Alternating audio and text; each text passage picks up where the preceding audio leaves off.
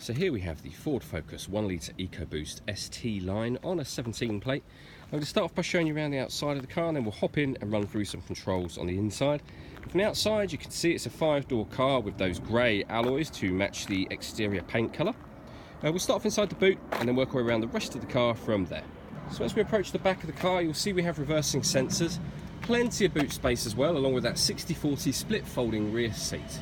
We're back round to the front of the car, and then we'll hop in and run through some controls on the inside. But now that we've done a full circle of the car, you can see it's in lovely condition the whole way round. Just briefly before we climb in, I think it's well worth seeing the interior from this exterior point of view. These seats are as good as new. There's plenty to run through on the dashboard, so let's hop in and we'll do that now. Okay, now that we're inside the car, we're going to start with the dials. On the left hand side we have the rev counter, and on the right hand side the speedometer. You can see in the middle at the bottom the fuel gauge and coolant temperature gauges. Above that we've got the total miles on this car of 4,732, and to the right hand side of that it will show you what gear this car is currently in. As it's an automatic, it shows that we're in P for park at the moment. You can change the trip computer information by pressing a button on the left hand side of the steering wheel. One of the pieces of information is this, which is the digital readout for the speedometer, which is particularly handy.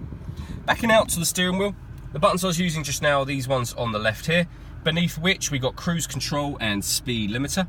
Over on the right hand side we have stereo controls, and that button in the middle, which is the voice activation for the phone. So hit that button, ask it to dial any one of your contacts list, and it can do that for you without you having to take your phone from your bag or pocket. That is of course once you paired the phone, which is done in the central screen, and I'll show you that in just a moment. And if we look just above the steering wheel here, we've got these minus and plus paddles. That's so that you can change gears manually using this automatic gearbox.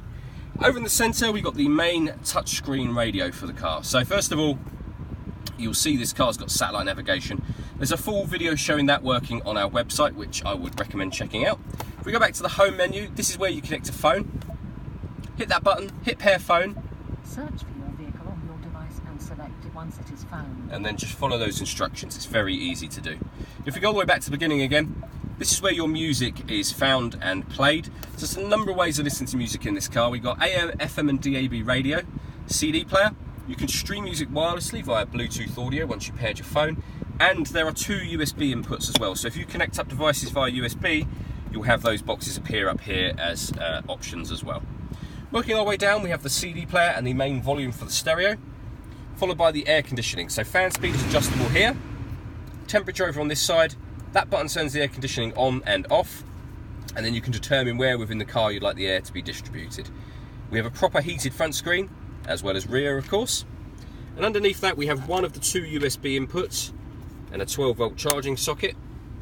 We then have this button here. So this car's got stop and start, which means it's designed to cut out when you're stationary in traffic, which will save you fuel. If you want to turn that system off, you press that button. We then have the fully automatic gearbox, and inside the central armrest area we have the second 12-volt charging socket and that second USB that I mentioned before. All that leaves me to say is thank you for taking the time to watch this video. If you'd like to come and see the car in person and have a test drive, please feel free to call any of our MJA sites. We'd love to hear from you soon.